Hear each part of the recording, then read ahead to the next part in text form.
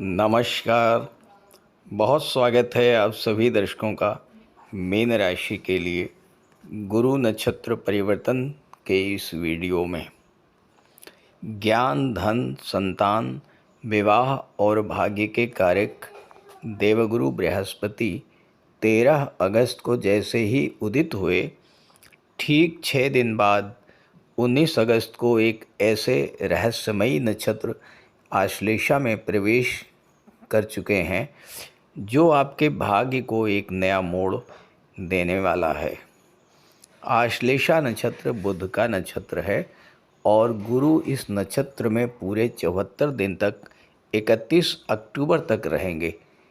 इस गोचर के दौरान मीन राशि के जातकों के जीवन में कौन कौन से बड़े बदलाव आएंगे, किस तरह के नए अवसर आपको मिलेंगे, कौन से रुके हुए काम आपके पूरे होंगे और किन क्षेत्रों में सबसे ज़्यादा लाभ की संभावनाएं बनेंगी, और साथ ही साथ वो कौन सी सावधानियां हैं जो आपको इस गोचर काल के दौरान रखनी है, इन सभी बातों पर चर्चा करेंगे इस वीडियो में। लेकिन उससे पहले मैं आपको आश्लेषा नक्षत्र के बारे में बताऊंगा ताकि आप इस गोचर को अच्छे से समझ सकें। ये विश्लेषण आपकी चंद्र राशि के आधार पर किया जा रहा है और वीडियो के अंत में मैं आपको आश्लेषा नक्षत्र में देवगुरु के गोचर के दौरान किए जाने वाले उपायों पर भी चर्चा करूंगा। समझते हैं आश्लेषा नक्षत्र के स्वभाव और स्वरूप के बारे में। आश्लेषा नक्षत्र के देवता नाग हैं और स्वामी बुध हैं। इस नक्षत्र का प्रतीक कुंडली मारे हुए सर्प का है।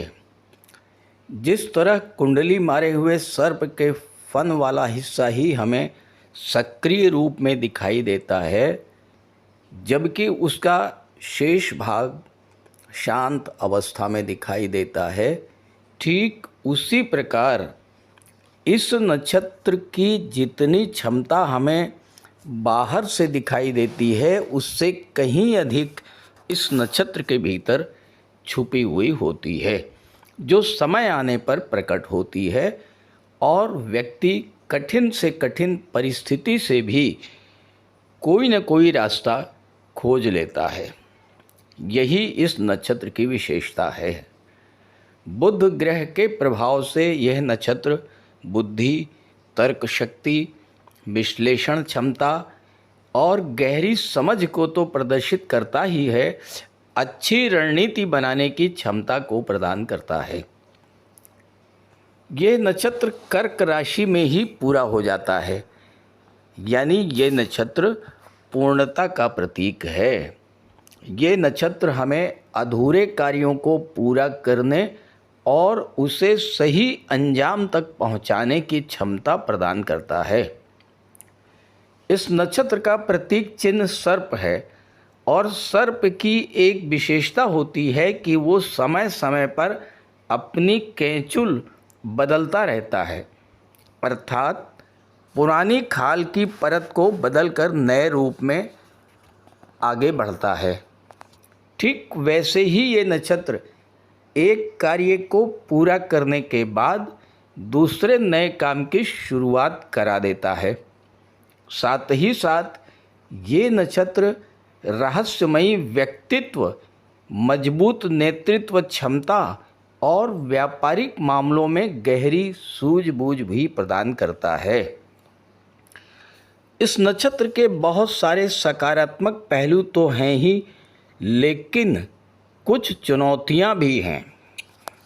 सर्प बहुत ज़्यादा सतर्क रहता है और जरा सी शंका होने पर तुरंत डंक मार देता है।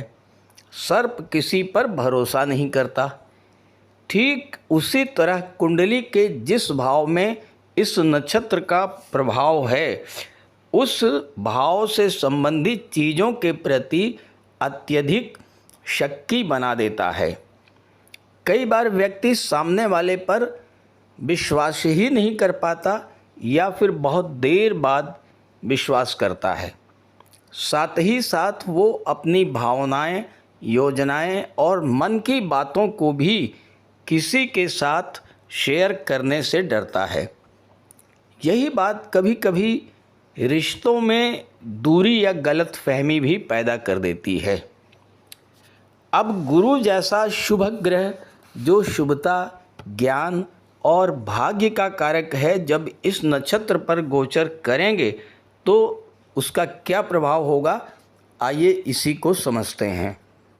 तो ये है मीन राशि के जातकों की कुंडली।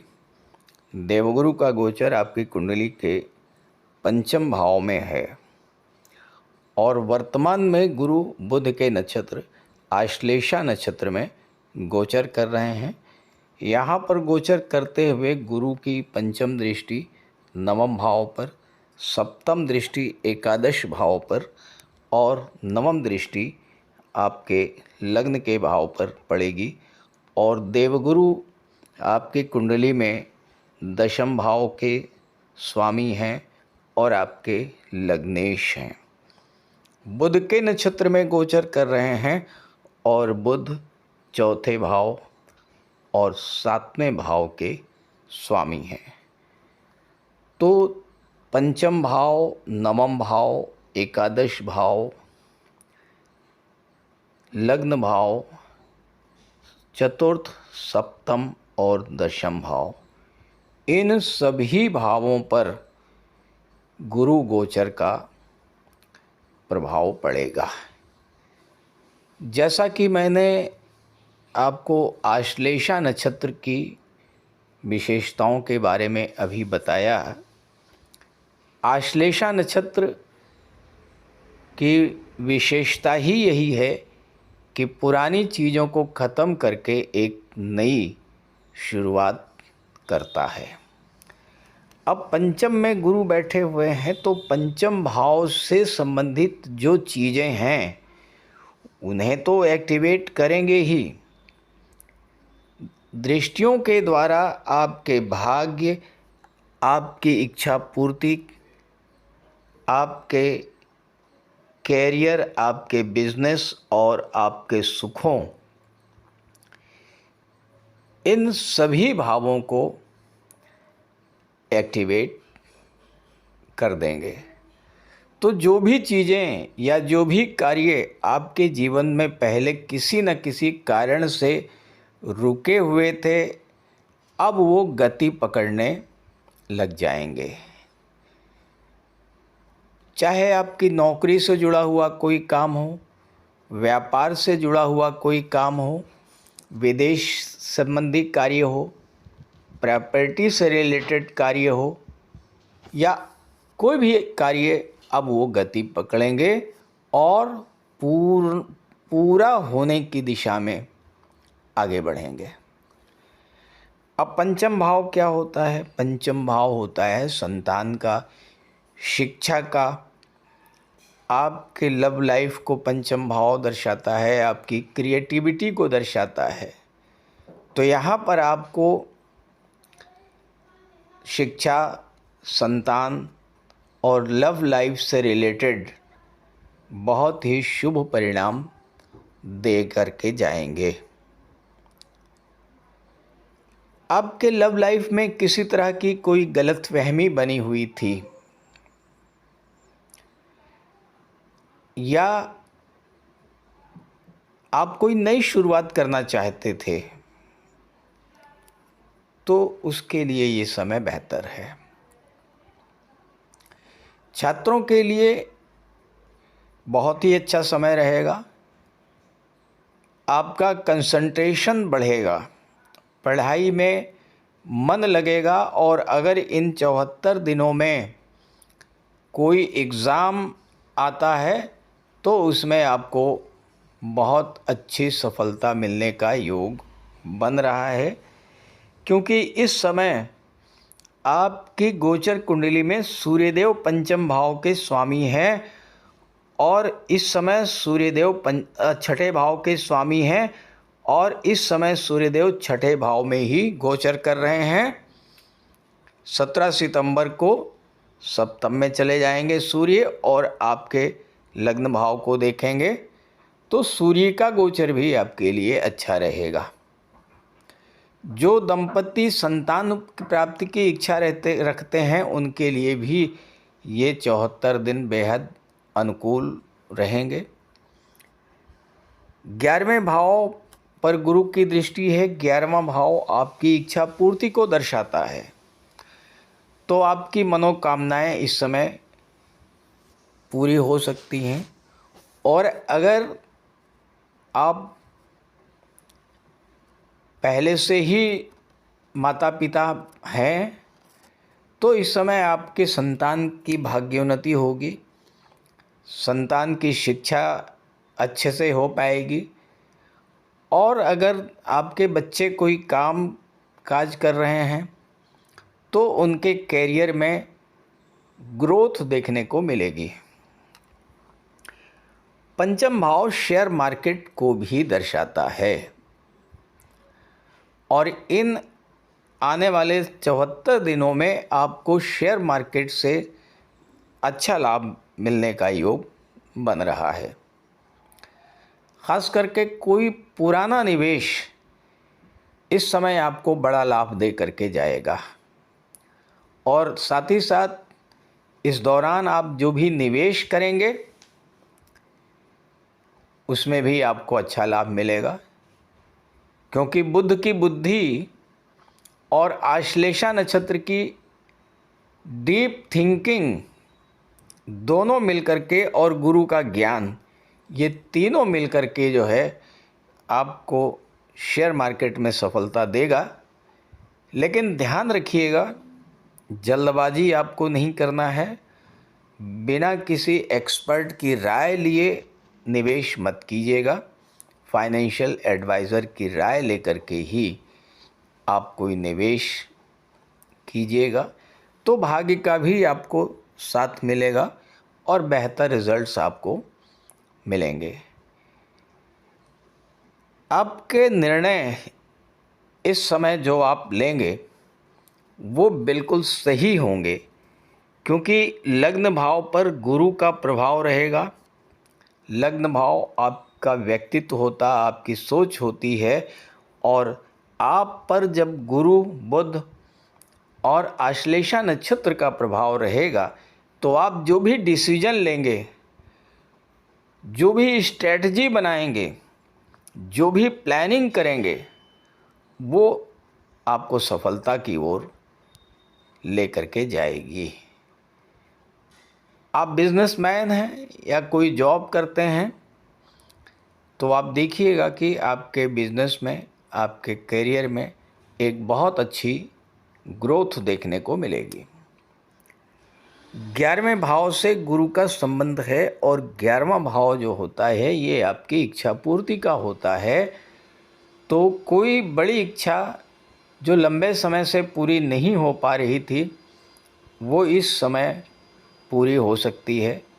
11वां भाव आपका सोशल सर्किल होता है, तो लोगों के साथ आपके रिलेशंस बढ़ेंगे, अच्छे लोग आपके संपर्क में आएंगे, किसी मित्र का आपको सहयोग मिल सकता है, बड़े भाई बहनों का सहयोग मिल सकता है, जिसके कारण आपकी अर्थव्यवस्था में, आपकी आर्थिक स्थिति में बहुत अच्छा सुधार तो देखने को मिलेगा ही, आपके रिलेशंस भी बहुत अच्छे होंगे। गुरु भाग्य के कारक हैं, भाग्य के भावों पर दृष्टि डाल रहे हैं तो भाग्य की वृद्धि करेंगे, क्योंकि गुरु जिस भाव पर दृष्टि डालते हैं उस भाव से संबंधित चीज़ों का विस्तार करते हैं। तो भाग्य के भाव पर दृष्टि डालेंगे तो भाग्य का विस्तार करेंगे, यानी भाग्य का आपको पूरा पूरा साथ मिलेगा, और जिसके कारण आप अपने प्रयासों को बेहतर रिजल्ट में बदल पाएंगे। इस पूरे गोचर काल में बुध ग्रह का भी बड़ा प्रभाव आप पर रहेगा, क्योंकि बुध 4th हाउस के लॉर्ड हैं। तो 4th भाव ये भूमि, भवन, घर परिवार, वाहन, इन सब से संबंध रखता है। और सप्तम भाव जो है ये वैवाहिक जीवन और पार्टनरशिप का है। अब आश्लेषा नक्षत्र जब एक्टिवेट होगा तो बुध भी एक्टिवेट होंगे, तो चौथा भाव और सातवां भाव भी एक्टिवेट होगा। तो भूमि, भवन, मकान, वाहन से संबंधित कोई काम अगर आपका रुका हुआ हो, चाहे प्रॉपर्टी सेल करने का हो या परचेज करने का हो या निर्माण संबंधी कोई कार्य हो, वो पूरा होने का योग इस समय बनेगा। साथ ही साथ जो लोग प्रॉपर्टी, वाहन या रियल एस्टेट के कार्यों से जुड़े हुए हैं, उन्हें भी बड़ा लाभ मिलेगा। घर परिवार का माहौल भी अच्छा बनेगा। माता पिता के स्वास्थ्य संबंधी कोई समस्या अगर चल रही है तो उसमें भी सुधार देखने को मिलेगा। शादी विवाह के कार्य अगर रुके हुए हैं तो वो आगे बढ़ेंगे। वैवाहिक जीवन में किसी तरह की समस्या चल रही है, उसमें सुधार आएगा। और साथ ही साथ अगर आपका पार्टनरशिप में बिजनेस है और उसमें कोई प्रॉब्लम चल रही है तो उस प्रॉब्लम का भी सलूशन इस समय आपको मिलेगा। नई पार्टनरशिप शुरू करना चाहते हैं तो भी ये समय आपके लिए बेहतर रहेगा। हालांकि आपके जीवन में 7.5 का सेकंड फेज चल रहा है और शनिदेव इस समय आपके लग्न में ही बैठे हुए हैं और शनि की दृष्टि सप्तम पर पड़ रही है और शनि इस समय वक्री हैं। तो पार्टनरशिप में शुरुआत करने से पहले बहुत सोच समझ करके पार्टनर का चयन कीजिएगा, क्योंकि वक्री शनि जब होते हैं तो नहीं चाहते हैं कि कोई नई शुरुआत आप करें। तो नई साझेदारी करना चाहें तो समय तो ठीक है, लेकिन बहुत सोच समझ करके। जो लोग डेली वेजेस का काम करते हैं उनकी कमाई में भी एक अच्छा बूस्ट देखने को मिलेगा। और लोगों का आपके प्रति क्या ओपिनियन है, आपकी सोशल इमेज कैसी है, इसको भी गुरु, बुध और आश्लेषा नक्षत्र मिल करके इम्प्रूव करेंगे। थोड़ा सा ब्रॉड माइंडेड होकर के चलिएगा, थोड़ा प्रैक्टिकल रहिएगा। ज़रूरत से ज़्यादा किसी व्यक्ति पर शक मत कीजिएगा, तो लोगों का ओपिनियन आपके लिए अच्छा बनता जाएगा। तो इस तरह के लाभ आपको इस गोचर काल में मिलने जा रहे हैं। इस गोचर का लाभ उठाइए। ये वीडियो, ये जानकारी अपने साथियों, अपने मित्रों को भी शेयर कीजिएगा। अब प्रश्न ये है कि क्या सभी मीन राशि के जातकों को एक जैसा ही फल प्राप्त होगा? तो ऐसा बिल्कुल नहीं है, क्योंकि ये तो जनरल प्रेडिक्शन है और मीन राशि के करोड़ों जातक हैं। तो अगर आप अपनी कुंडली के बारे में जानना चाहते हैं, अपने बारे में जानना चाहते हैं, तो इसी वीडियो के डिस्क्रिप्शन बॉक्स में मैंने अपना व्हाट्सएप नंबर दे दिया है। स्क्रीन पर भी मैं अपना नंबर दे रहा हूँ, 9058144128। आप इस नंबर पर संपर्क कर सकते हैं। अब आइए बात करते हैं आश्लेषा नक्षत्र के गोचर के दौरान रखे जाने वाले उपायों और सावधानियों के बारे में। आइए समझते हैं आश्लेषा नक्षत्र में गुरु के गोचर दौरान आपको क्या क्या सावधानियां रखनी चाहिए और क्या उपाय करने चाहिए। पहली बात, आपको अपने मन की बात किसी को भी शेयर नहीं करनी है। आश्लेषा नक्षत्र के कारण आपके सबकॉन्शियस माइंड में लगातार तमाम तरह के विचार आते रहेंगे। नई नई योजनाओं का जन्म आपके माइंड में होता रहेगा, जिससे आपका ध्यान भंग हो सकता है। तो योगा, मेडिटेशन और प्राणायाम की सहायता लीजिए। मानसिक बेचैनी को अपने ऊपर हावी मत होने दीजिए, रिलैक्स रहिए। इन दिनों में छोटी छोटी बात पर डाउट करने से बचें। साथ ही साथ पार्टनरशिप से भी दूर रहें। अपने खर्चों पर नियंत्रण रखिए और देवगुरु के उपाय करते रहिए। माता पिता, गुरु और वृद्धजनों की सेवा कीजिए, उनका आशीर्वाद प्राप्त करते रहिए।